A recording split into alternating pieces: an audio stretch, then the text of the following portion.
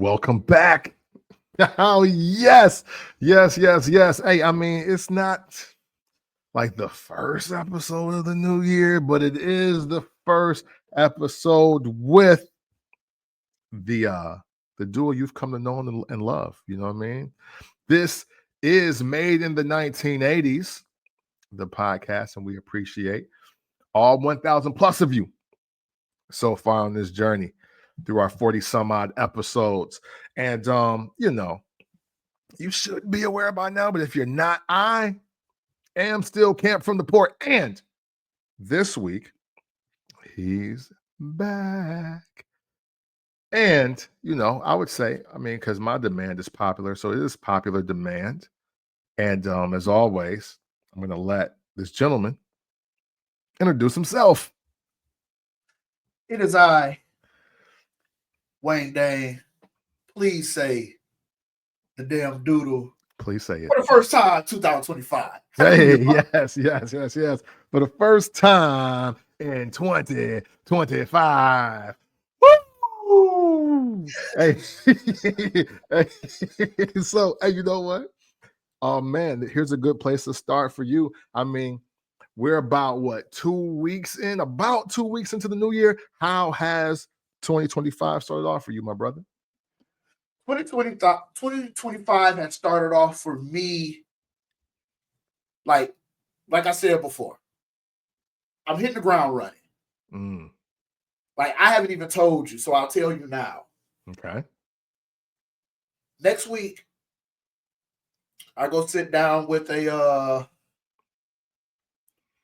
aunt, and she's going to help me create my LLC. Nice. So, like I said, I'm not with nobody's bullshit this year. Everything that I do from here on out, I'm looking forward. I don't give a fuck what happened yesterday. It's time 41. It's time for moves to be made. Hey, you know what? You're absolutely right. You're absolutely right. And that's kind of like what last week's episode was about for me. So it's only right.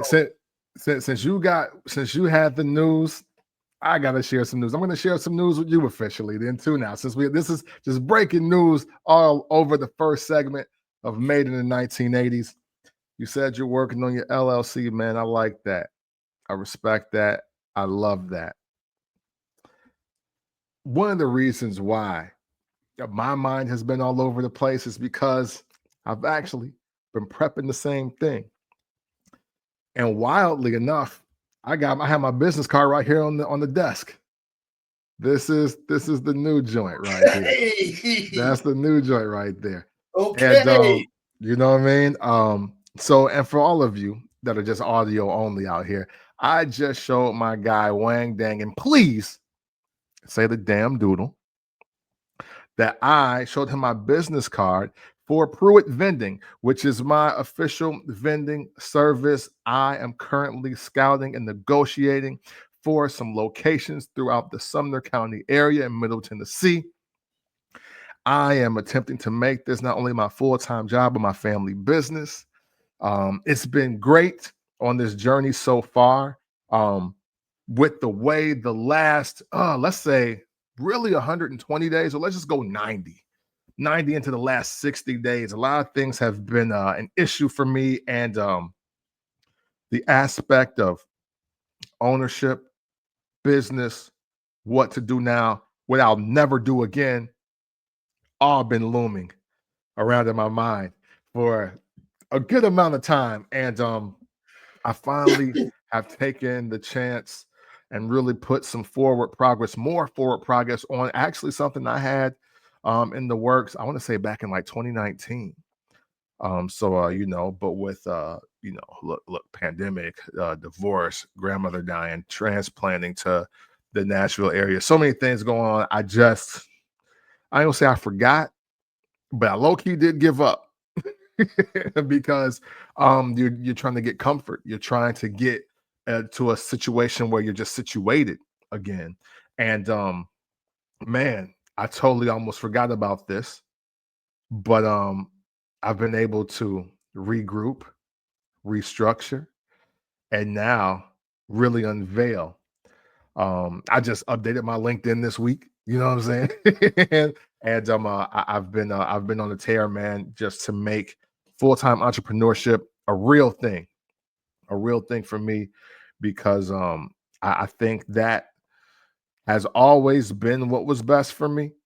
But now I feel it as I'm looking down really the barrel of the second half of my life. And we can't live like the first half, bro. That's just not happening.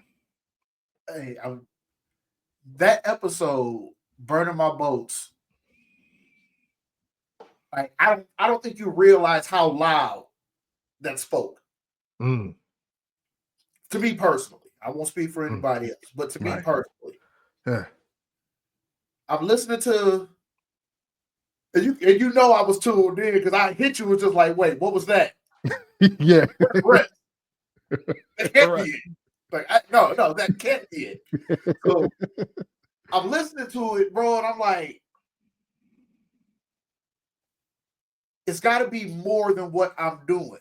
And I'm listening to it, and I'm sitting in my office at work, and I'm like, no matter how good I am at this, I can't pass this down. Mm-hmm. When I'm gone from this position, it goes to a stranger. Yeah. Somebody that I probably will never know, will never meet, probably won't even like if I did meet.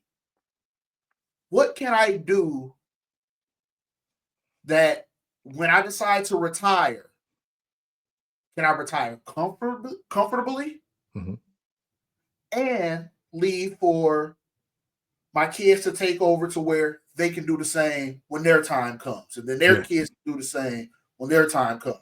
So that episode, like literally, I listened to it. I finished my hours. I called my aunt. Aunt, we need to talk. TT, you at home? You gotta talk. See, she's already done it. Nice. So she was like, so she asked me, all right, so what's your game plan? Told her what my game plan is. She laughed in my face. That, like that? Right. Like you're going about this all wrong. To see what my plan was, 3 years of saving, build the capital to just go. She was like, no. You go now. Yeah. What you waiting for? Yeah. I'm like, so I ain't gotta have. She laughed at me again. You know. Ricky.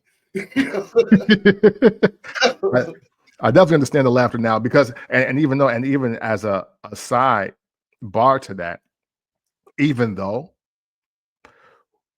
we feel it but we don't know, you might die saving. Yeah. So now you just better go for it.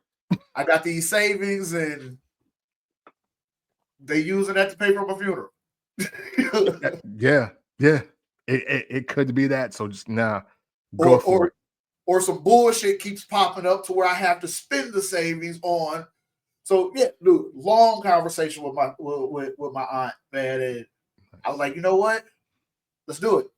Yeah, let's do it. So maybe just gonna throw it out there. By the summer, I'll be showing a business card. Yeah, by spring, you will be showing a business card. We're gonna expedite and escalate the situation. And I want to share something real quick before we get into our topic of the day, because you and one of my homies, I don't know if he wants me to reveal his name in this plan because we never know who's listening, but he kind of was in the same boat that you are. Yo, yeah, I'm thinking I'm gonna do this, and maybe in like 2 years I might be ready to. I was like, nah, bro. I was like, listen, I get it, because don't think I'm banned up with what I'm doing right now. But what I do know is that if your faith is as high as you say it is, and you really do believe in something greater than yourself, and you have this idea today, right now. What you need to do is pray on it and then be resourceful in the process. There are too many people roaming the entire planet who have a dollar and a dream, and they have become multi-billionaire CEOs or just very well-off 6-7 figure CEOs, business owners, small business owners. Sometimes you got to get out here with the energy of what you want to create and let certain instances come to you and opportunities come to you so you can take advantage of it. There is no perfect time. There's no perfect time to do anything. There's never going to be a perfect time to have a baby, get married, buy a house, start a business. There's not perfect time don't exist. Perfect time is when you think of it that time. So even if all you do is get the business cards, get the business cards. Because that will give you some motivation. If all you need is the email address and buy the domain for the website, do it. Do it. Because the thing is, somebody probably in another town, another city, another state, or the opposite side of town has the exact same idea. Mm-hmm. And you don't want to waste too much time in the planning and prepping to be right stage. Because, I mean, tomorrow never comes like a nun, bruh. Bars. Bars. You dig what I'm saying? You know, I mean, hey, sorry. So, but man, 2025 gonna be hell, man. Yeah, in a positive way. Absolutely. I even decided after my girl's birthday. Her birthday was December 21st. I wasn't shaving my facial hair. Okay. For like 2 months, just to see if I'm even capable of growing a full beard. I'm just doing shit right now. Because I like it. I like it. Hey, and for some reason, I always thought you had a full beard, though. That's what's so crazy. See, it always stopped like right here. Oh. But I'm like, I can see if it actually even grow up here. It's always cut it short, like what's called the chin strap. Yeah. Always cut it short, but I'm like, you know what? I'm gonna keep my mustache trimmed up because I don't like hearing my mouth pause, but that's what she said. But I'm like, I'm just gonna see what it does. I'm just doing shit. All 2025, I'm just doing shit. Hey, I like it. Because I like it. Fuck y'all. I can't. Yep. And doers get things done. That's it. Vacations, businesses, beards. That's what the fuck I'm doing. We're doing it all. We're doing the most, and we're doing it to death. Damn it! Let's go. Yeah, man. Oh man. So yeah, that's it. Now that is what being made in the 1980s is all about, right? The pursuit of us being us, growing, maturing, and evolving into the different phases of life. You know, we've been able to grow, and we are still chasing dreams. Even at our big ages, we are still chasing dreams. We are still trying to be successful. We are still trying to be admired or even maybe looked at as a hero to the people around us. Maybe it's our children, it's our women, our family members, like, you know, maybe just to hear our mothers, fathers, grandparents, aunts, uncles, whoever say, hey, yo, man, I'm proud of you, man. You've been doing it. You've been putting the work in. I'm proud of you. That's awesome. But Wang, life don't always play out like that for everybody from start to finish. Yes. And man, as we celebrate our next chapters in our elevation, we unfortunately got to got to talk about one particular man's decline. And specifically us, two black men that were there for the run. Man. Me with more of a probably an up close and personal view of this run. But the person we're going to talk about today, by all means, was international, global superstar icon. At one point in time, this man was the most recognizable face in the world. And now, probably want to get a fucking facelift. Today, ladies and gentlemen, is the first installment of Fallen Childhood Heroes. And today's topic, subject, person, is Hulk Hogan.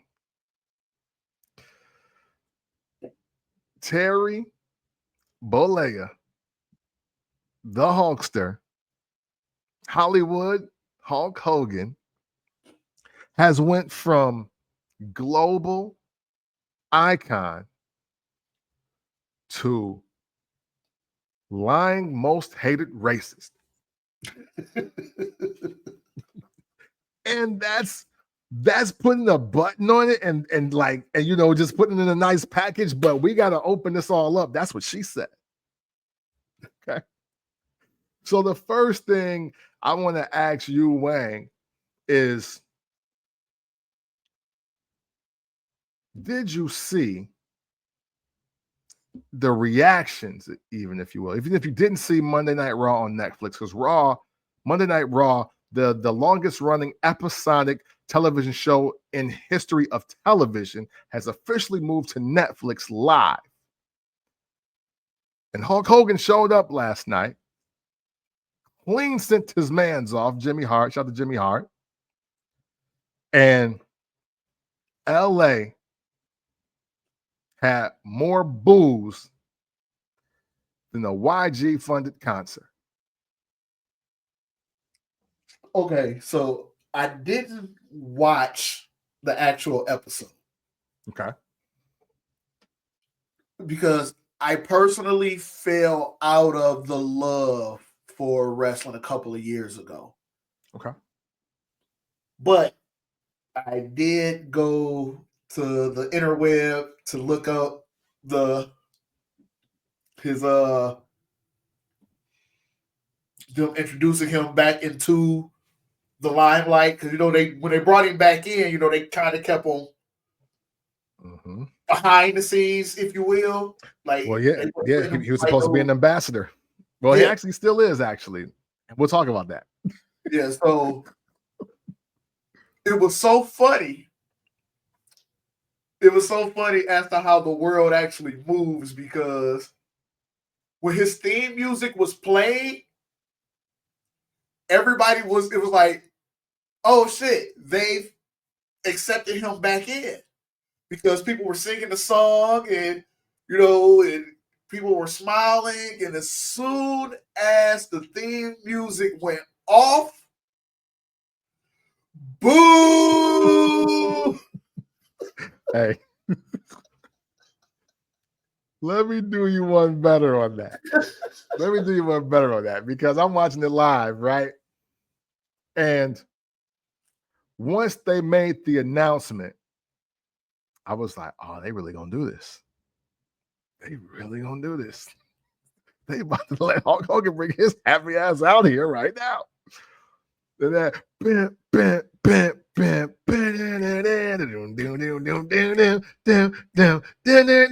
so now, right there, you kind of hear like, right? It's just, but at the same time, you're right. I did hear some when it comes flashing down and it hurts inside. I heard it. And they did right, because Jimmy Hart came out there first with the American flag. Yes. He was like, hey, and hey, Jimmy Hart is the man. All right. Jimmy Hart wrote WWE themes, like, you know what I'm saying? Like he's the man. Everybody loves Jimmy Hart. the beef is never with Jimmy Hart. No.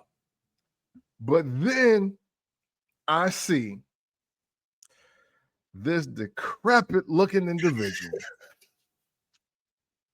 Now, that was Terry that showed. That wasn't even Hulk Hogan that showed up last night. That was Terry that showed up last night. Terry, literally, he's walking like one leg is shorter than the other. And as soon as a hint of that light hit his tan, I was like, oh God. I was like, oh my God. It's over. I said, oh, he's done. And and what's so crazy? What's so crazy is that, you know, this ain't the first time this happened. Okay, yeah, I'm gonna let you finish. This is the first time it's happened. But this might have been the worst time it's happened because this may have been the smallest crowd. Okay. See, the thing is, remember my man David? He was like, boo this man, boo! like when like 70,000 people are booing from a stadium, it may not really, get to you in enough time. But when 15,000 people with the music off in a capped arena start booing you to the point they turn your mic up for you to get your message out, that means you're done. You're done out here. Like, bro, that was bad. And then what made it even worse, not only was he getting encapsulated boos, right? For being just who he said he is. Okay. We're going to add in the other factors here. He's also, unfortunately, being listed as one of the key sponsors for tonight's event with his beer, American Made. Now, for the people that were just not quite aware of why Hulk Hogan has a beer, why is it called American Made, let's just rewind the clock. Not even 12 months ago. American Made is the same beer that Hulk Hogan had, introduced and was promoting, where now, I don't know if it's actually allegedly because, we've seen the results. He kicked the black girl off the promo run for his beer and then hired two blondes to take her place. What? Okay, that's news. So now, on top of that, okay, so after he do that, he then goes to the RNC. Yes, he went to the Republican National Convention, called Donald Trump his hero, and threatened to body slam Kamala Harris. Vice President Kamala Harris, a black woman, Terry, because we're not calling him Hulk Hogan. Terry said he was going to body slam her after he just stopped the black woman from trying to get some money by kicking her off his promo beer run. He's going to slam her. And then, in true red state fashion, went and got baptized in like August, in like October. So it's like sometime after Labor Day into Halloween, somebody in between that, he went and got baptized, I think. unless I got it backwards, he got baptized first and then did all that, because that would be crazy. Okay, so I guess it may be a 3-part question. Okay. I don't want to jump the gun, so let me know if I'm going too far, too soon. Oh no, we're doing it. Let's go. We here now. The first situation that made the black delegation say "fuck Terry" with the statements that he made to his daughter and his daughter's boyfriend. Yes, that was it. Okay, so that was the thing that made everybody kind of like fuck cuz. Like we ain't fucking with him like that. Yep. I want to say there was another incident after that made WWE cut ties. Yes. Okay. You know what? We're going to put a pin right there. Let's go back in time, because we can't talk about a fallen childhood hero without mentioning the height, which leads to the fall. Okay. So, and shout out to my guy, JR Bang, because I know he's going to hear this if he's going to listen to this episode. He's like, hey, well, look, Hogan always been the heel. I've been trying to tell y'all that for years. He said, Bobby the Brain Heenan was always right. Hogan's always out for himself. He's a heel. He's a despicable human being.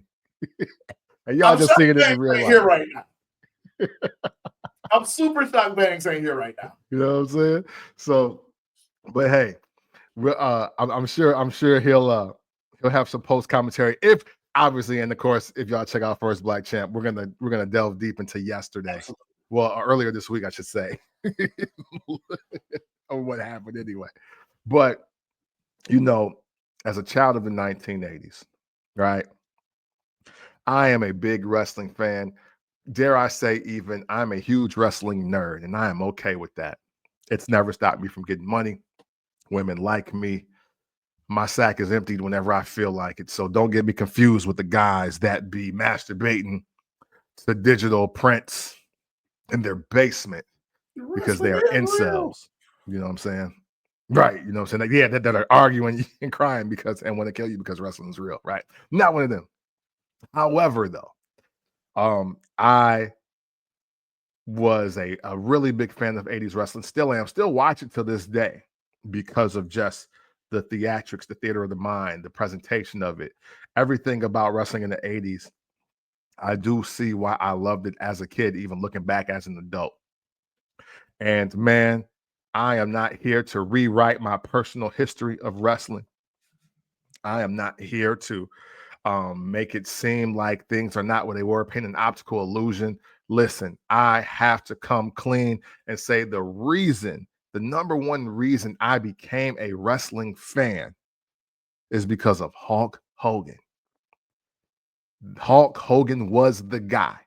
Yes. Even though it's customary for all black children to end up with a black wrestling figure first. So I did have the Junkyard Dog first because that's just the one I ended up with.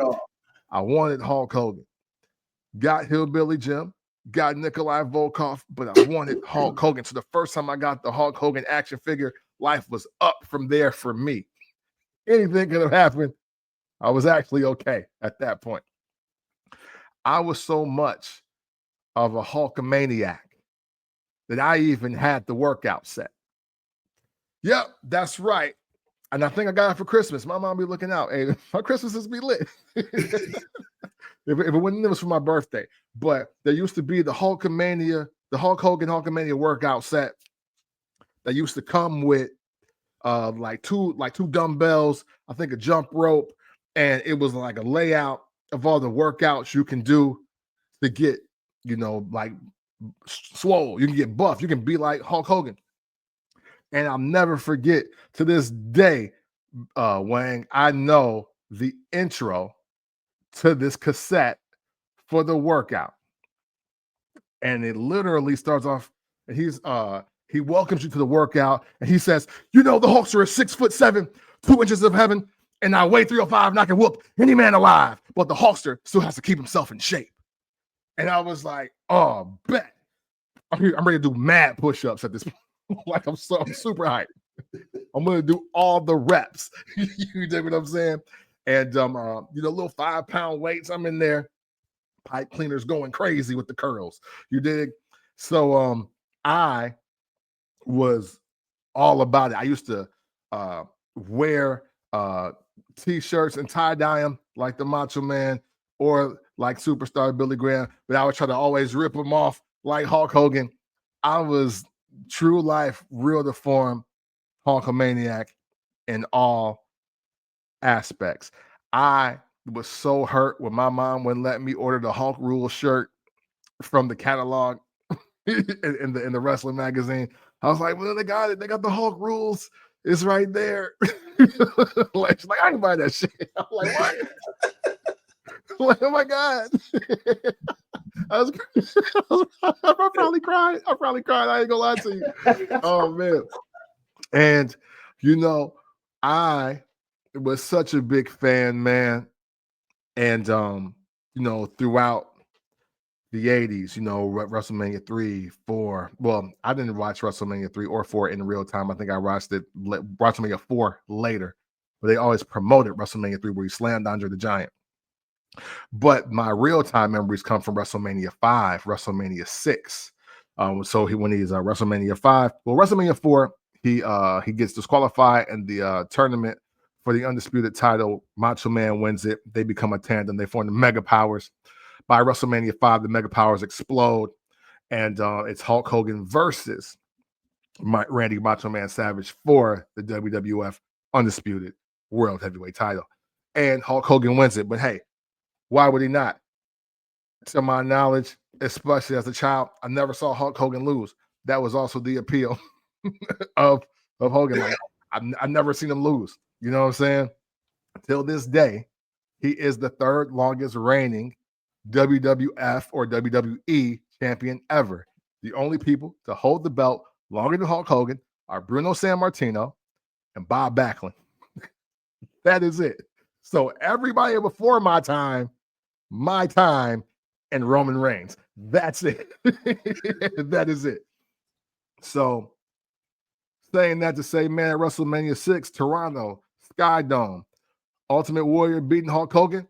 I didn't know what I was going to do with my life. I had no idea. I was like, whoa. Around that time, I was a major Warrior fan. So yeah, everybody was. Everybody was. Hey, look, even I was a big Ultimate Warrior fan, but I was like, it's Hulk Hogan, bro. It's Hulk rules. What you gonna do? You know what I'm saying? like, yo, I was like, yo, how can he lose?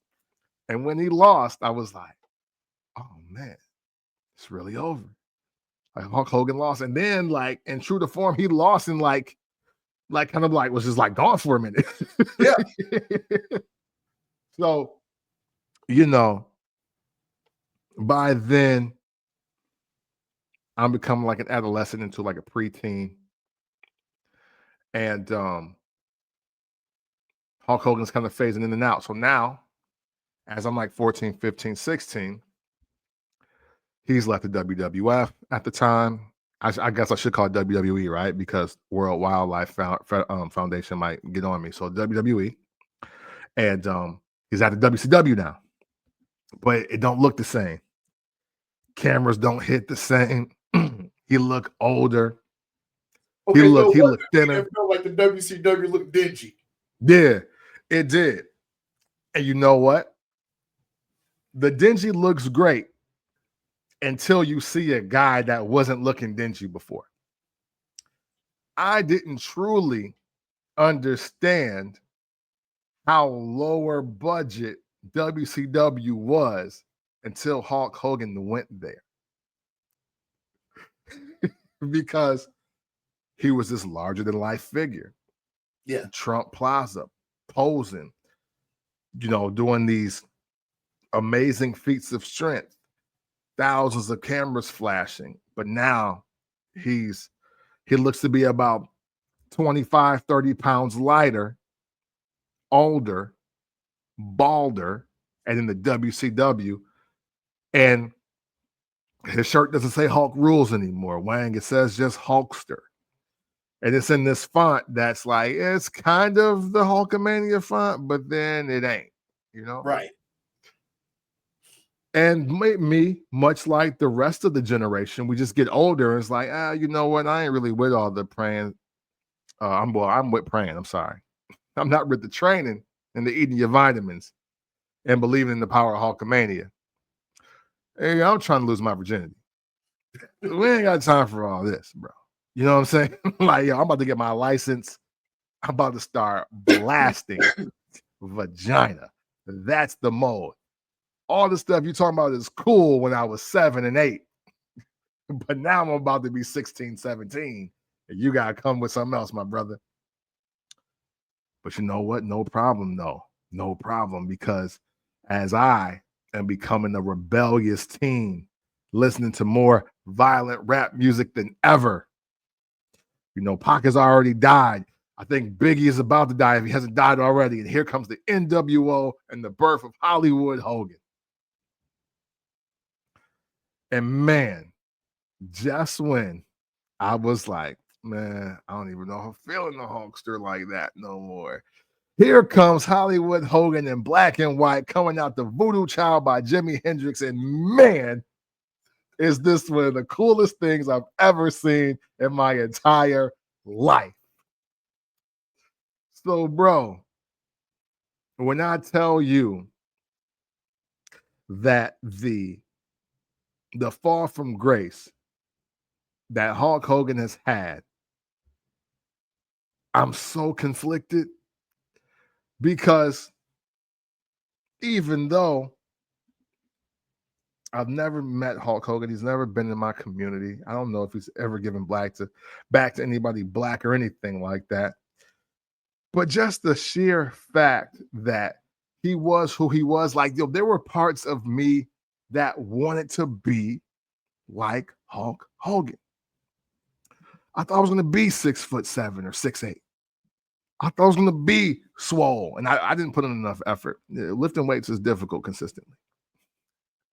And,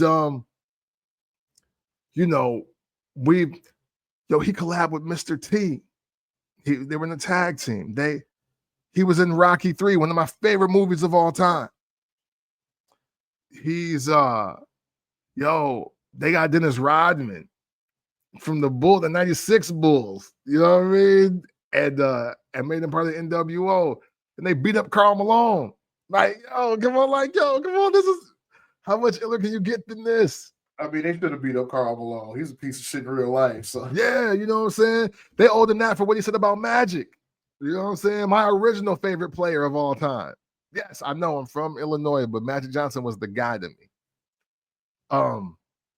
So when as time just moves on, and I think this is the most difficult part of being an 80s baby. And correct me if I'm wrong here. You know, we grew up in a time without the internet, but we came of age and became adults and then got it. Okay, yeah. And that becomes the most difficult thing, because why? Now, we are now privy to the information that was hidden from us, held from us, even potentially buried away from us. And we have to accept a new reality. What do you think about that? We are the generation of information. And like, if you really think back on it, if you think about how much trouble we got ourselves in just because we wanted to know more than what was just being told. Mm-hmm. You know, like, we even take it back to church. This story doesn't make sense, Grandma. and I have questions. Mm-hmm. Only to be backsmacked for asking. Mm-hmm. So when they presented us with the internet, a lot of us said, I can ask this question and get an answer. The computer's not going to hit back. Mm-hmm. So us being able to find out everything that we wanted to know, everything that was hid from us, it's a great thing. Yeah. Like, it was fucking fantastic. So, like, entertainment is going to give you what it wants you to know. Mm-hmm. Like, we can even take it away and go back to, let's just say, the OJ trial. Depending on who you were talking to or who was talking about it, you would say OJ was the worst person to ever walk the face of the earth. And on the other hand, some people would say OJ is not a bad person at all. Mm-hmm. But it was all in what the media or entertainment wanted you to have. Mm-hmm. And being that we came from that generation of because I said so, a lot of us kept that mindset. Yeah. They said it, so that must be what it is. Mm-hmm. We decided to say, is that what it is? Is that just it? And we started using the damn internet, and we started going back and looking at the shit. That's why Bangs feel the way. Bangs used the internet or whatever resource he had to go back and watch shit that he was too young to understand then. Yeah. Now he has a clear understanding of it now, which is why Bangs can and actually has a very, very good argument that Hogan was always a heel. Yeah. But if we portray him as a hero, the kids are just going to be drawn to it. They're going to accept it. We said it. It is what it is. Mm-hmm. You know, I mean, and I'm not going to make it political, but for years, we didn't know Donald Trump was a piece of shit. Yeah. Hey, you know, I'm going to say something super controversial here. I still think there's an act happening here. I agree. I think, and we're going to get back to Terry, y'all, I promise. I just want to say this real quick. Here we go. I think Donald Trump is a mastermind at manipulating broke people. And I think that what he did, what he's doing, and what he did, very dangerous, very detrimental. But it's the win at all costs mentality of like, hey, I'll make y'all believe anything as long as I get what I want. Yes. He's a fucking genius. Yeah. And we gotta give it up in that respect. Meanwhile, while he's just like, hey, I'm rich, I do business, fuck everybody. Everybody was like, you can't pick him, can you? How about you tell me something to make me feel how they feel? Because I've been seeing Trump flags for 5 years. Even out of office. Even out of office. Even out of office. People are so diehard. That's the new Hulkamania right there. That's the new Hulkamania. It's fucking Trump for president. Trump is president. Trump back in office. Hey, look, MAGA is definitely the new Hulkamania. And that is what people seem to be blind of. And it's like, even ABC News, I think I've said this so many times before, they tell y'all, hey, look, these uneducated poor white people coming out in droves and they voting for Trump. Like, what does that tell you? That means he doesn't mind being the smartest man in the room as long as he takes over the room. That's your concern. Nothing else. Nothing else should be your concern but that. He wants to be the smartest guy in the room, and he wants to lead the uneducated and ignorant to do anything for him. That's the real problem. But see, the thing is, though, and it's a slow burn, because I know to a degree, it's a black-white thing. It's a black-brown thing. It's a black-Asian thing. It's an American immigrant thing. But here's the thing, though, where everybody just seems to totally be unaware of, that this is really a class and power thing. And all you dusty, broke, poor white people that's voting for Trump, he gonna throw y'all in the gas chamber too. Y'all coming right with us. And he is going to be even richer because of it. So don't get me messed up because I didn't vote for him. All right. But I want to be clear. I'm watching. This is a power and a class thing. And all of you dusty bastards, you red state rebels, y'all gonna feel it and wonder what the fuck happened. Back to Terry though. Okay, but what do you think gave him the confidence to come back out thinking that the world is just going to accept him after everything? That's an amazing question. And I'm glad you asked it so I didn't have to like paint the picture of this. That was perfect. Okay. Why? Simply enough, Wang, I think Terry believes that the world still loves Hulk Hogan. Wait, hold on. Mhm. The world still does love Hulk Hogan. Mm-hmm. They ain't fucking with Terry. And he's the last to know that it matters. Like, you can't have Hulk Hogan. You can name a person Hulk Hogan, but Terry was Hulk Hogan. Yeah. You can't separate yourself from the character. And you know what? You can. You're a fucking magician. Well, see, that's the thing, right? Check this out. Dwayne "The Rock" Johnson, right?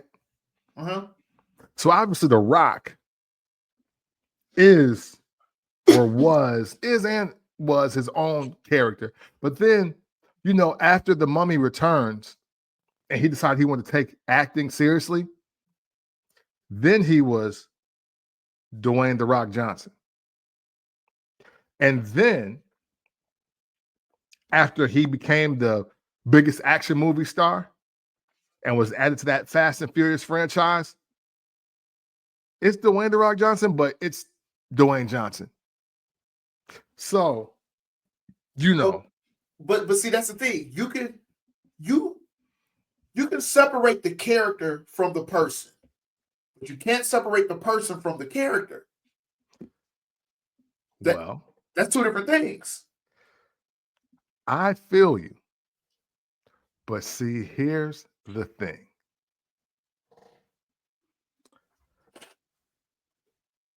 Terry thought Hulk Hogan provided so many good moments to many people's childhoods that he just might be under the impression that Hulk Hogan is untouchable. However, there was a time, and oddly enough, it's so funny that you would say this, because there's even, I think it's a deposition where a lawyer is literally having the conversation with him, and he's not sure if the person in question is Terry Bollea or Hulk Hogan.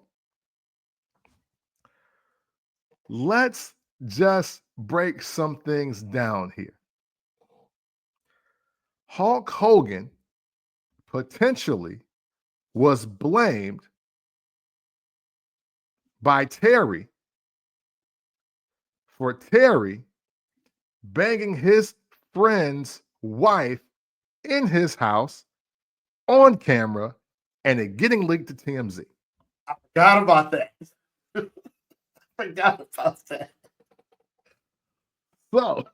So you got that, right?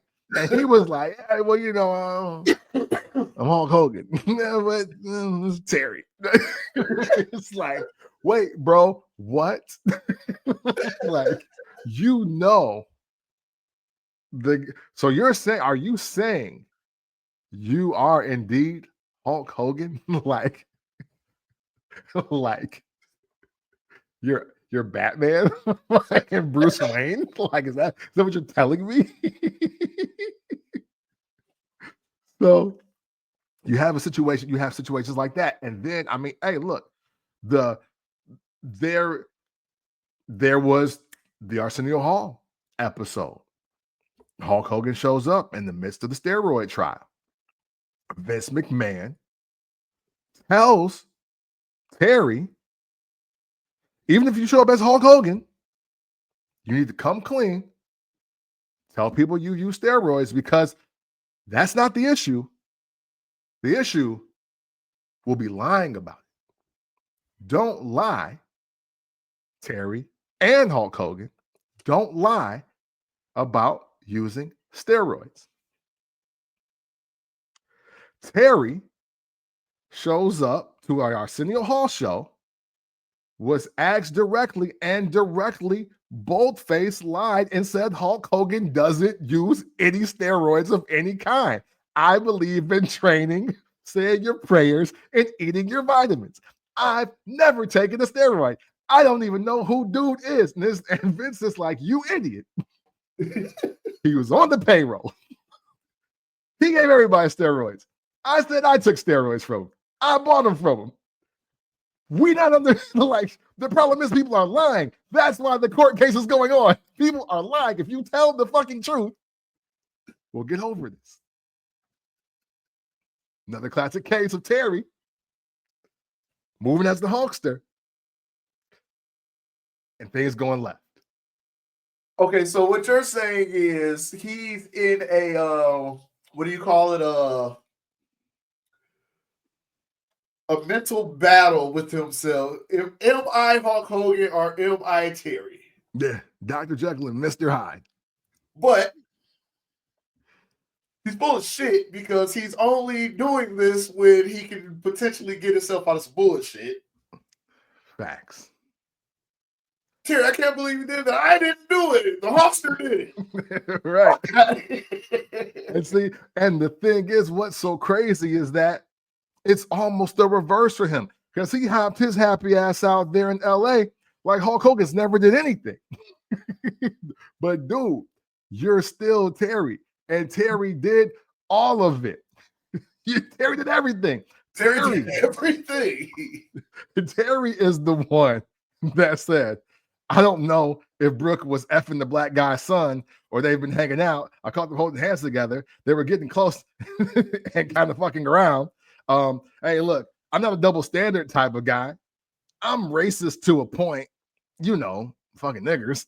But then when it comes to nice people, you know, it's like, yeah, it's cool. I mean, hey, look, I don't give a fuck if she wants to fucking 8-foot tall basketball player nigger. Like, he's like, look, if you're gonna fuck with niggers, let's get a rich one. Terry, you said that. That's what you said. But you want to be referred to as Hulk Hogan. Okay, well then he said the shit too then. That's how that goes. That's how that goes, bro. You can't get around it. like, dude, this is not Tropic Thunder, okay?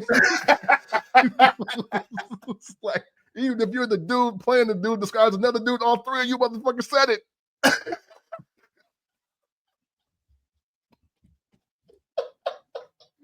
That's his problem. It boggles my mind. Like, do you really feel you're that privileged to do the shit that you did and think that everybody's just supposed to be like, it's cool? Yeah. Like, you are really that fucking privileged? Yeah, or you think you are? To where that this guy has went, like, he's done some of the most extreme shit.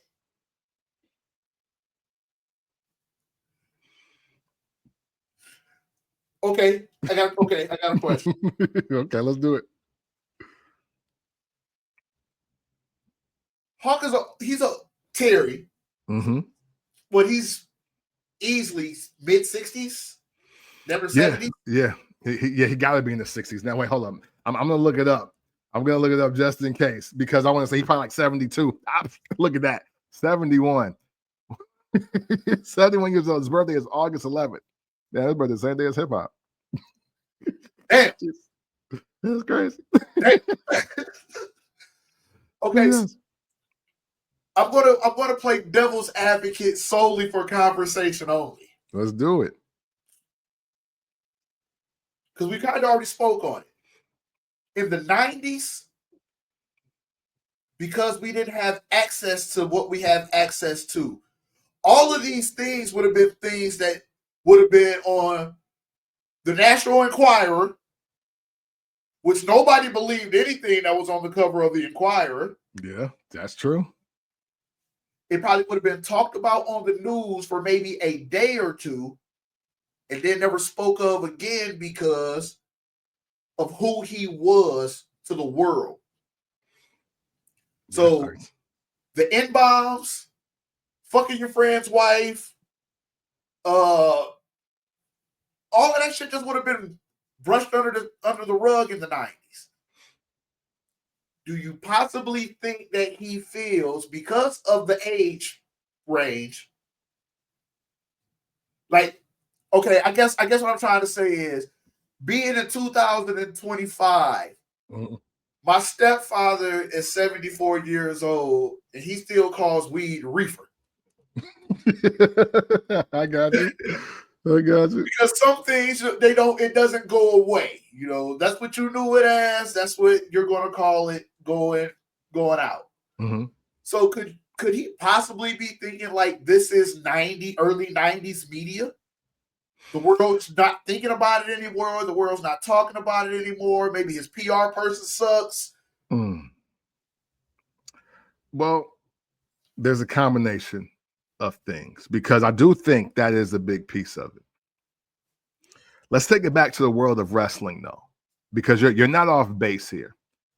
And as we go back to the world of wrestling, let's go back to 2018, right? So this is a couple years removed from the video on Gawker, the audio about his daughter and who she was dating and all of that, right?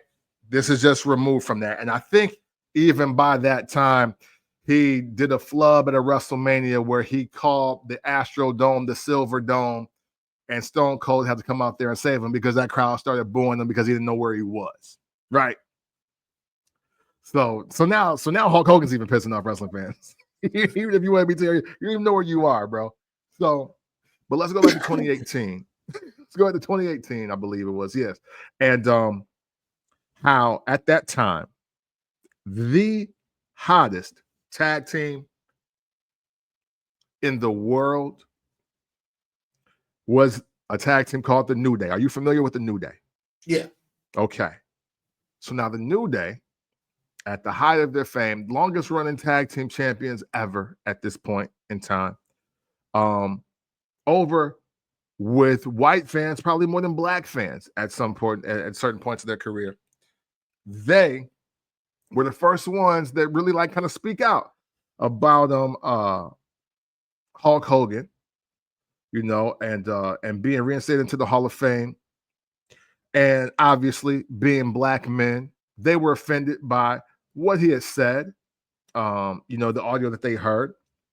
And initially, Wang, they wanted to have a conversation with him. Like, bro, let's see where your head is at. Because, hey, yo, we actually respect you. We admire you. You're kind of why we got in this game. You know what I'm saying? Like, nobody that's in wrestling, if you ever watched wrestling in the 80s or 90s, you can't say that you weren't influenced or inspired by Hulk Hogan in some facet. And that's kind of where they were coming from. They were like, yo, let's sit down, let's rap about it. Whether it was Terry or Hulk Hogan, they both denied that request. They denied that request, citing that, hey, man, I don't need to talk to nobody. And the New Day was like, oh, yes, the fuck you do. We run shit now. I know you ain't been here, OG, but hey, we don't just grab the bags. We the champs. Like, yo, we main event this motherfucker. Like, you're not gonna get that off in here, not in this locker room, not with this generation of people that are black, brown, other, or biracial. So Hogan denied the request. They were disappointed about it. They released a statement about it. I don't want to read all of it, but for those that know, they know. Because it really came down to them, and actually, and I know he gets a lot of bad press, but hey, man, but shout out to Vince McMahon on this, because when even though I think obviously Vince McMahon made the reinstatement of Hulk Hogan into the WWE Hall of Fame and making him an ambassador in light of everything that happened, because at the end of the day, when you go to a China or you go to a Japan or Saudi Arabia, like, one of the most recognizable faces still to this day is going to be Hulk Hogan. And that's what they wanted to rap with him about it. And Terry and Hulk both denied that request. It didn't go over well. And that is the first instance of where the boos start counting and coming because he was him. That's when it really happened. That was the official fall from grace. Because to your point, Wang, yo, I'm Hulk Hogan. I was the biggest star of the 80s, had one of the biggest rebrands of the 90s. I'm stabled and labeled. I have one of the greatest, I have probably 2 or 3 of the greatest WrestleMania moments of all time. I don't need to consult with the young boys. I don't need to talk to the new crop of people. Y'all just don't understand me. Y'all just don't understand where I come from. I do what I want. I'm Hulk Hogan, kiss my ass. And he's learning very quick that it do not work that way. But at one point it did. Well, yes, it did. But here's the thing. He don't even understand that day was gone when he headlined with The Rock at WrestleMania. It was going then. It just didn't come out that way. It just wasn't the information that came out. It just wasn't the thing. Because here's what it is. By the time we get to the 2000s, and the NWO was on the constant decline, but it's pretty obvious that hip hop has now been a catalyst to promote, elevate, and be accepted by wrestling, whether that be Mark Henry's theme done by 3-6 Mafia, whether that be, Trish Stratus, I think, or Stephanie McMahon, one of them, Lil' Kim did their theme music. John Cena, the doctor with Thugonomics coming out there and rapping, freestyling, wearing throwback jerseys and all that, wanting to battle Fab and Jay-Z at WrestleMania. It doesn't matter. And eventually, and then with people like Kofi Kingston, eventually, he walked to that arena one day. He went to the boys in the back, as you will, and he realized it was a different world. And although we respect the world that you've been in, you better get adjusted to what the world is today. And I think what he thought, or what he's thinking, because I can't say that this ain't what he thought, like this, like a past tense. He's got to be thinking this today. Hey, I'm still Hulk Hogan. Somebody out there love me.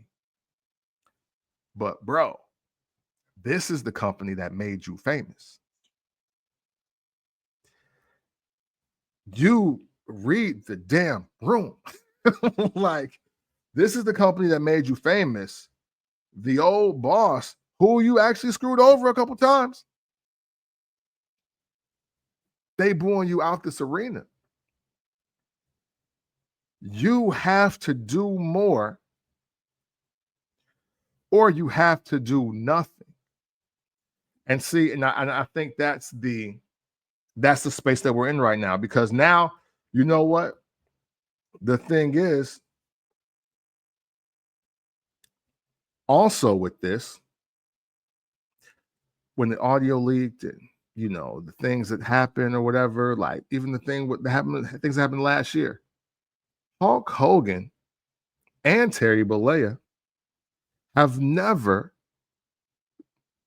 came out publicly on any platform or any social media, thing of any kind, to say that I'm not racist and I want to correct this.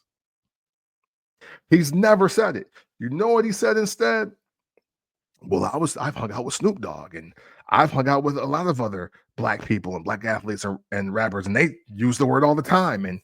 And that's just they've allowed me to say it. So, and this is my problem with some of you black dudes with your white girls, but we'll talk about that in another episode. Whoa. I tell you. This is my problem with you black dudes and your white girls, but we'll save that for another show. Because not only did Hulk Hogan get his racist ish off, he then says, hey, well, I said it in front of black people before, so what y'all tripping about? And that is the problem. That is literally the problem, because now he can admit to being racist, saying the N-word, and then just because he might have been around one of your favorite rappers, athletes, or fighters, and they've allowed him to say it in front of him, now in that mind, it makes it okay for both Terry and Hulk Hogan. Well, for one, I don't believe any of that. Because, again, just speaking for myself, I will smack a black dude that drops the N-bomb on me with a hard ER on the back of it. So, I don't give a fuck who you're around.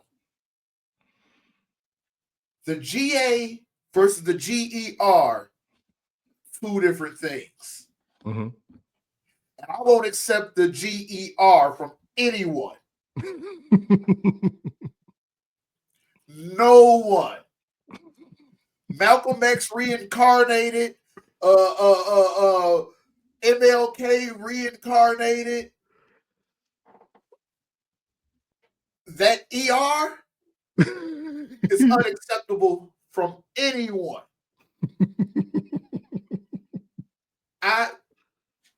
Dr. Umar can't hit me with the hard ER. Umar gonna have to show me what the man do. Oh, man. So Terry, Hawk, whoever I'm talking to at the moment, no one was around you allowing you to say that hard ER and was just okay with it. And I'm just going to keep it with the hard ER. Because I do know some people that are okay. Like we said, some of you guys that date white girls and some of you guys that have close white friends. Some of y'all do allow it. Kudos to you. No. Fuck you at the same time. But you really want us to believe that a Snoop Dogg allows you to say, it's a nice party, nigga? Because you know he didn't A it. He didn't A it. He couldn't have. Not the way he said it in that audio. He don't even. When he said it in the audio, there's no way he ate it.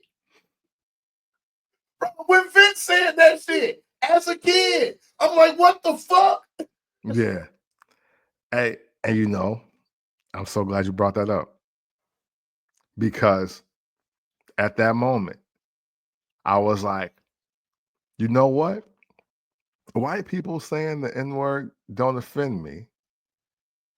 White people saying the N-word to black people offends me.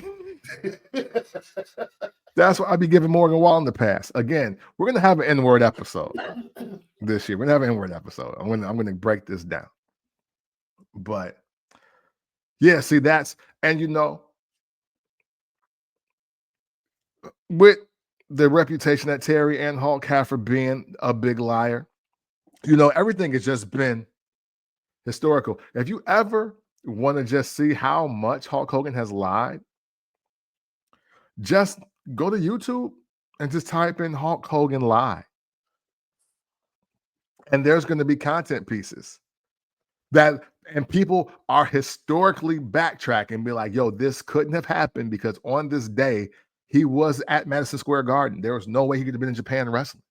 And there's like, hey, there's no way this could have happened because this person did this and that.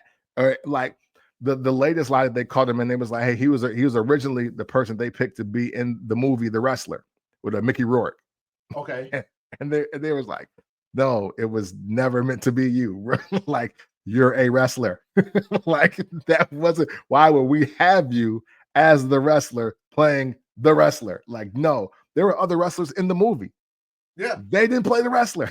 It was literally meant for Mickey Rourke to play the role. So even down to that, you know, that was his way of scrambling. And this is where my confliction is, Wang, because I can safely say now that I'm not a Hulk Hogan fan anymore. It's just impossible to be one, right? Yeah. But I'm conflicted because I still can't hate dude because I grew up in the 80s. I can't match the hate with hate. I can't. It ain't no love for dude, but I can't hate dude. One of my favorite Tech Nine songs.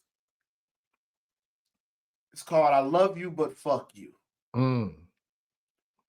I can't take away what we had in the past, but going forward, it's a major fuck you.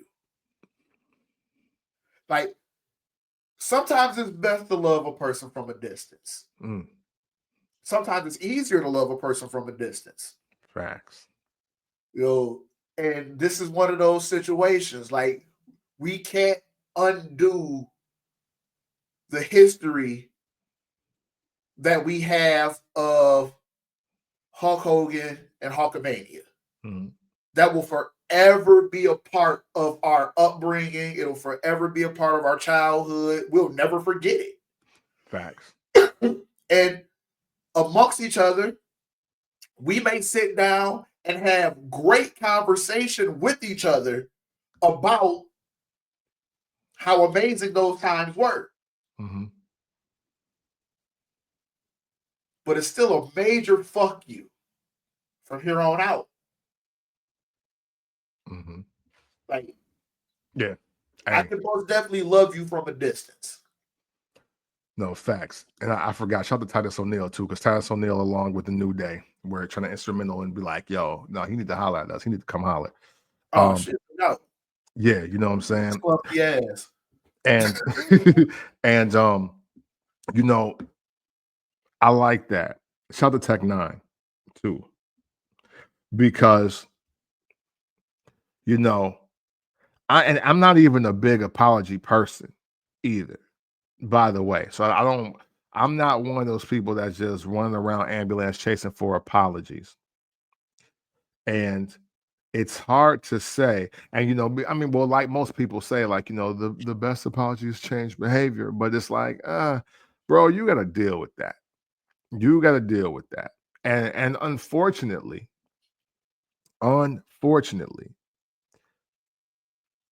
Hulk Hogan seems to be in his own way doubling down on how he feels and what he believes. And it's wild because at the same time, I do wonder why a Mr. T hasn't said anything. I wonder why a Snoop Dogg hasn't said anything. Or like why is it just the New Day and Titus O'Neil that were listed as the people that had an issue? Like, I really want to hear from the other people that are either Black or are just advocates. I saw what Booker T said. You know, it didn't really seem like he stood with the other brothers in the situation. That's what I'm going to say. Even you'll have that too. Yeah. And, okay, so let me kind of play devil's advocate for Mr. T. Them both coming up in that time span.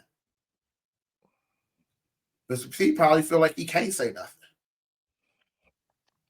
See, and The, that's like, unfortunately, that was a time where it was a do what I tell you and do what you told mentality. I do understand that. Like Mr. T, Mr. T was an entity in itself, but it wasn't Hulkamania. No, for sure. Nothing else was Hulkamania in the 80s. Nothing was. You know, so Mr. T, and like I said, I don't want to speak for Mr. T. I'm just talking. Maybe he felt like, hey. But see, here's my deal though. See, when I say speaking out, I don't mean, you know, somebody setting the camera up or him waiting to go to somebody's platform to talk about Hulk Hogan. I mean, hey, yo, Miss Terry, hey, is you racist though? Like, what happened to the yo? Let me call this fool real quick because hold up. Because this is wild. So at least to have the conversation. Well, who goes to okay, still, who goes to say the conversation wasn't had, just wasn't told to the world that the conversation was had? Well, see, my thing with that is if it was, he's moving different. He being Terry, aka Hulk Hogan. Because in my mind, I'll put it this way too. In my mind, you don't do something like that, not have a conversation, and you walking around old but semi-comfortable around black people.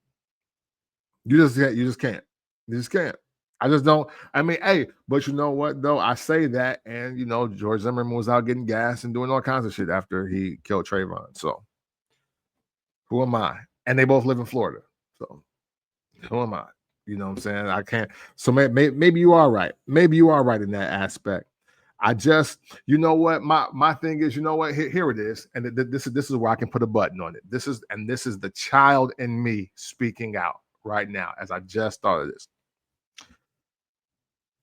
I want Hulk Hogan or Terry Bollea to be as adamant about being racist or not, just like he was adamant about me training, saying my prayers, eating my vitamins, and believing in the power of Hulkamania.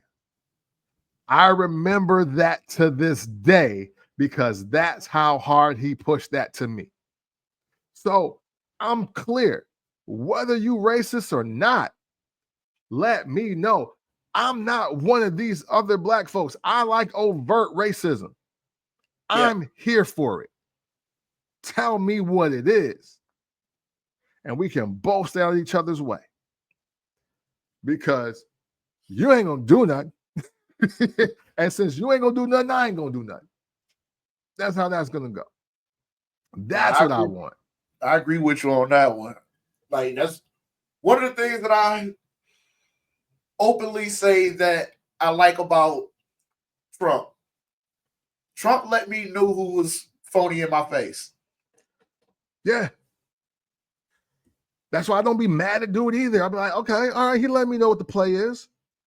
Hey, and then at the same time, he'll do that, but pardon Lil Wayne. So you gotta make it make sense to me. You gotta make it make sense to me. Because he not just leaving a bunch of black people to rot. You know? No. So that's, see, and to me, when we're talking about racism, we're talking about one person of one kind not helping anybody of any other kind. That's racism to me. That means I'm only like, hey, I'm the white racist president, and we're gonna let John Wayne Gacy out. We gonna let, you know what I'm saying? We're gonna let all the crazy white people. I'm gonna let all the Grand Dragons out. We're gonna leave, you know what I'm saying? Like, it ain't no pardon Kodak Black and there's Wayne. a difference between racism and bigotry. Facts.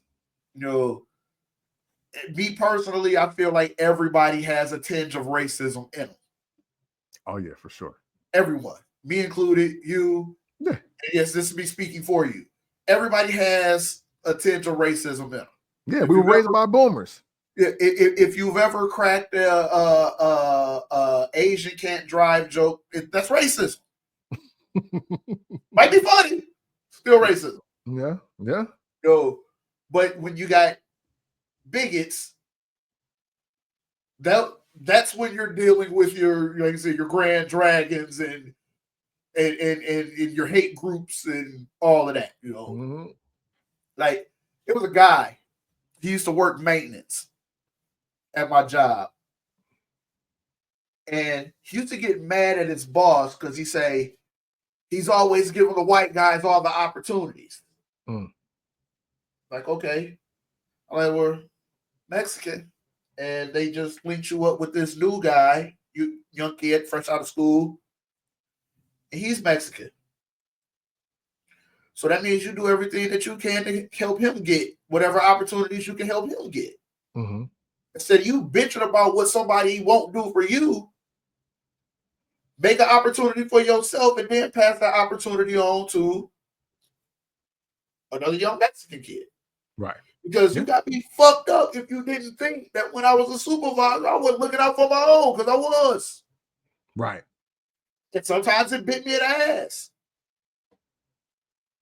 But one thing I know about any race, they're going to look out for their people first. Every race. I don't think there's nothing wrong with that. Yeah, it's honestly not. I'm more leery of the people that don't. You know what I'm saying? Like, I am concerned when Black people don't want to help other Black people. I'm concerned when white people don't want to help other white people. Yes. Like, you know what I'm saying? Like, because it's like, there is still that universal understanding of, hey, I just want people that look like me around. It just makes sense. That's why I don't be tripping. Now, it's okay to be included as well. Hey, listen, I'm pretty sure that I've been used a couple times in my life to hit the diversity quota, but I was never mistreated.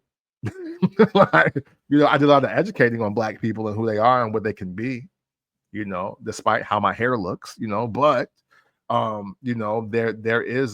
just is a thing with that. So yeah, I know I'm totally in agreement with you on that. And yeah, that's how I feel. I want Terry and I want Hulk to just draw a line in the sand, because at Raw on Netflix, he made the decision to go out there, cut a promo about his love for the WWE and the promotion of his beer, and Netflix and WWE being his greatest tag team partners of all time. And it's like, bro, look at this WWE Universe. You're standing right in front of Black and brown people. You are sitting in front of a lot of younger millennials, Gen Zers, and Generation Alpha, because that's the teenagers of this era. Everybody from 2010 that was born, 2010 on down. You got 3 generations of people, and 2 of them probably never seen you live as Hollywood Hulk Hogan or as Hulk Hogan. They only know what you did in 2016 and everything you've done after it. And then we go back, and now everything looks super sketchy. Your own colleagues and the people that you have made money have called you a liar. You have been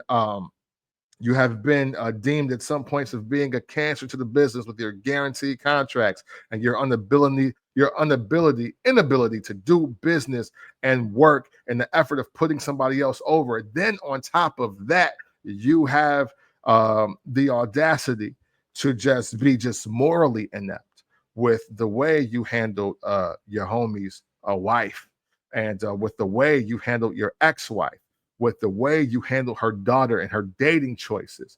And then on top of all of that, you then disrespect even the newer generation, and most importantly, the prominent Black figures that were in the business at the time that you did owe an explanation to, because part of their yes is the reason why you were able to take your decrepit ass out there on Monday Night Raw on Netflix and promote your nasty ass beer. Like literally, if it's not for a Titus O'Neil, a Kofi Kingston, an Xavier Woods, and a Big E willing to be like, you know what? Let's holler before, you know what I'm saying, we get into all of that, because the company did put this in their hands to a degree. And for you to still not be in a situation where it shows that you have remorse or empathy or just a willingness to right a wrong. I don't even care if you don't even feel like you owe anybody anything, or I don't want you to feel all broken down and dejected.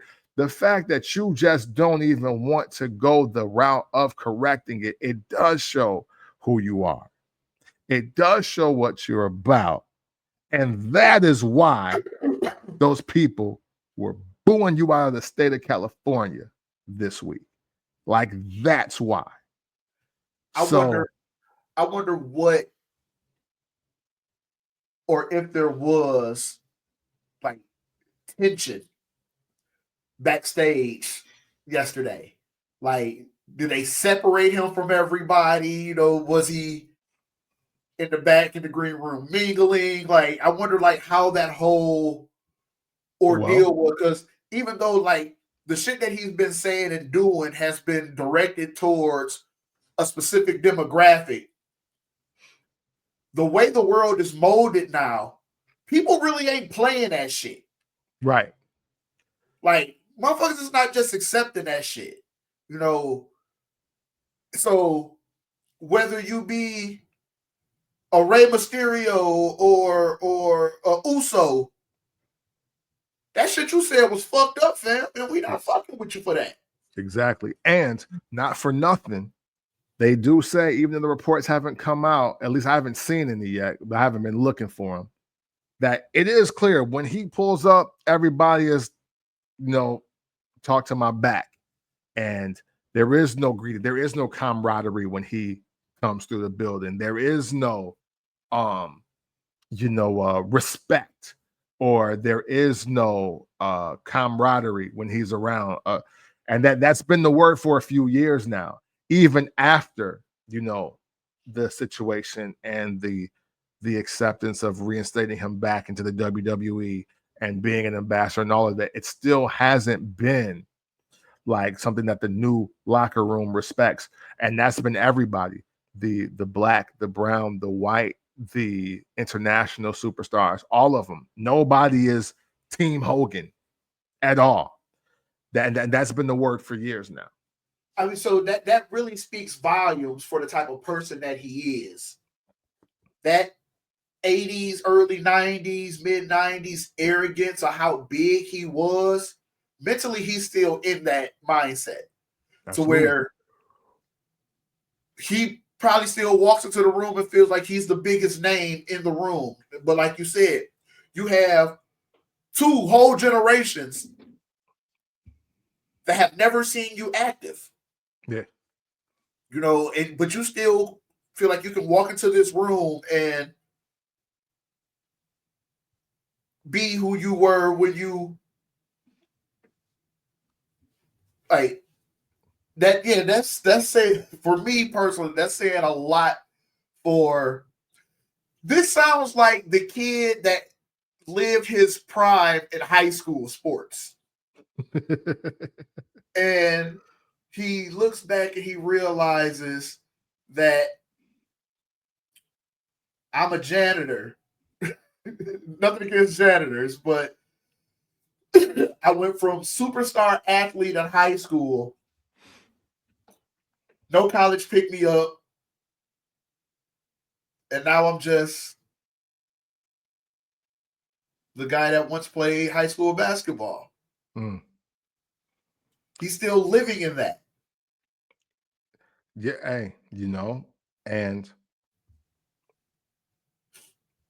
I think one of the most dangerous things that we can be is unaware. Facts. You know what I'm saying? Like one of the most dangerous things that we can be in any phase of our life, whether we're teenagers, 20-somethings, 30s, 40s, 50s, 70s, no matter what, man, you always want to be self-aware. When you are unaware of who you are out here in this world and you're moving with just preconceived notions, if you're moving with just old ideology, you are going to look like a dinosaur out here. And I think that's the best way to describe Hulk Hogan. We're in 2025, Wang, and I watched a global superstar of the 80s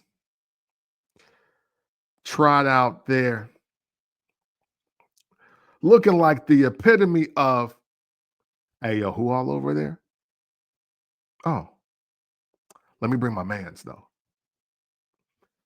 And he's putting Jimmy Hart in the line of fire to catch strays that's not even intended for him.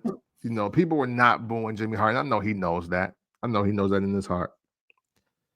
And as he stutter step hobbles out there, barely has the strength to cut a half decent promo, and out there promoting a beer to this multicultural, ultra diverse, young crowd, like 70% of that crowd, I'd be honest, if they knew anything past Hogan Rock at WrestleMania 18, I think that's 70% of the crowd at this point now. And for him to just to want to come out there and be a part of it, want to be live in the building for it, and wanting to talk to the crowd, that is the epitome of being unaware of who you are in this moment. And for that, man, Hulk Hogan is done. You know, rest in peace, Bobby the Brain Heenan. Hulkamania is finally dead. Super cooked, souffled, sauteed, slow roasted, broiled, grilled, pan fried, pan seared, deep fried. Like, it's over. It is over. And, you know, I don't really take a lot of delight in saying it, but it's the only logical thing to do at this moment. Because never have I ever been just in awe of how tone deaf one person can be in one moment in my life.